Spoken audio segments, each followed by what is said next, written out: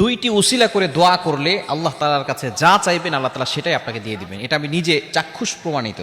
আমি যখনই কোনো বিপদে পড়ে যাই, আমি এই দুইটি উসিলা করে আল্লাহর কাছে দোয়া করি। আপনি যদি এই উসিলা করে দোয়া করতে পারেন, অবশ্যই আল্লাহ পাক রব্বুল আলামিন আপনার চাওয়া পাওয়াগুলো কবুল করে নেবেন।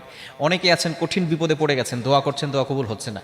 বিভিন্নভাবে আপনি আল্লাহর কাছে চাচ্ছেন, কিন্তু অনেকেই পাচ্ছে, আপনি পাচ্ছেন না। এরকম হয় কি হয় না? এরকম যদি হয়, আপনি কষ্টে নিপতিত হবেন না। আপনি মনে করবেন না যে আপনার রব আপনাকে ছেড়ে দিয়েছে। আল্লাহ বলছেন, ওয়ালা সাউফা ইউতিকা রব্বুকা ফাতারদা, তোমার রব তোমাকে এমনভাবে দিবে তুমি সন্তুষ্ট হয়ে যাবে, স্যাটিসফাই হয়ে যাবে।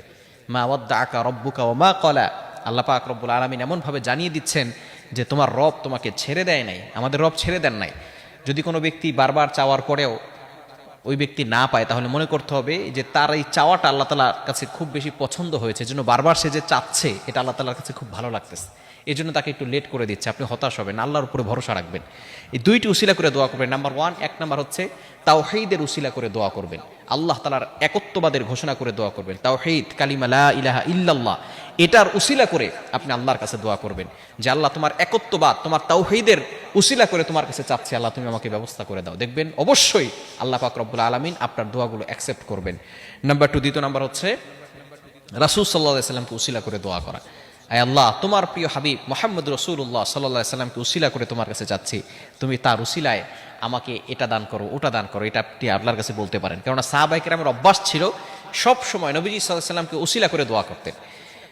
আব্বাস রাদিয়াল্লাহু তাআলা, নবী সাল্লাল্লাহু আলাইহি সাল্লামের চাচা আব্বাস রাদিয়াল্লাহু তাআলা, তিনি যখন বৃষ্টি হতো না, তখন তার কাছে যদি কেউ বলতো যে আপনি বৃষ্টির জন্য দোয়া করেন, তখন তিনি বৃষ্টির জন্য আল্লাহর কাছে দুহাত তুলে বৃষ্টির জন্য দোয়া করতেন, আয় আল্লাহ, তোমার প্রিয় হাবিব মুহাম্মদ রাসূলুল্লাহ সাল্লাল্লাহু আলাইহি ওয়াসাল্লামের উসিলা করে আমাদেরকে বৃষ্টির ব্যবস্থা করে দাও। এভাবে দোয়া করতেন, আর আল্লাহ পাক রব্বুল আলামিন বৃষ্টির ব্যবস্থা করে দিতেন। এজন্য অবশ্যই যখন কঠিন বিপদে পড়ে যাবেন, আপনি হায় হুতাশ করবেন না, হতাশ হবেন না, আল্লাহর উপরে ভরসা রাখবেন এবং আপনি দুইটি উসিলা করে দোয়া করবেন। এক নম্বর হচ্ছে তাওহীদ, আল্লাহ তাআলার একত্ববাদের ঘোষণা দিয়ে আপনি দোয়া করবেন, এই উসিলা করে আপনি দোয়া করবেন। দ্বিতীয় নম্বর হচ্ছে নবীজি সাল্লাল্লাহু আলাইহি সাল্লামকে উসিলা করে আপনি দোয়া করবেন। দেখবেন আল্লাহ তাআলা আপনার দোয়াগুলো অ্যাকসেপ্ট করবেন, কবুল করে নেবেন। তবে অবশ্যই শর্ত হচ্ছে আপনি আল্লাহর ইবাদত করবেন, আল্লাহর সাথে শিরিক করবেন না এবং হারাম থেকে দূরে সরে আসবেন। হারাম কোনো কাজ করবেন না, হারাম সুদের সাথে ঘুষের সাথে জড়িত থাকবেন না। ইনশাআল্লাহ আল্লাহ তাআলা অবশ্যই আপনার দোয়াগুলো কবুল করবে ইনশাআল্লাহ। আজকের ভিডিওটি ভালো লাগলে অবশ্যই লাইক, শেয়ার, কমেন্ট এবং আমাদের ফেসবুক পেজটি ফলো করতে ভুলবেন না এবং আমাদের ইউটিউব চ্যানেল নিপাস ইসলামিক স্টুডিও চ্যানেলটিকে সাবস্ক্রাইব করুন। ধন্যবাদ। আসসালামু আলাইকুম। আল্লাহ হাফেজ।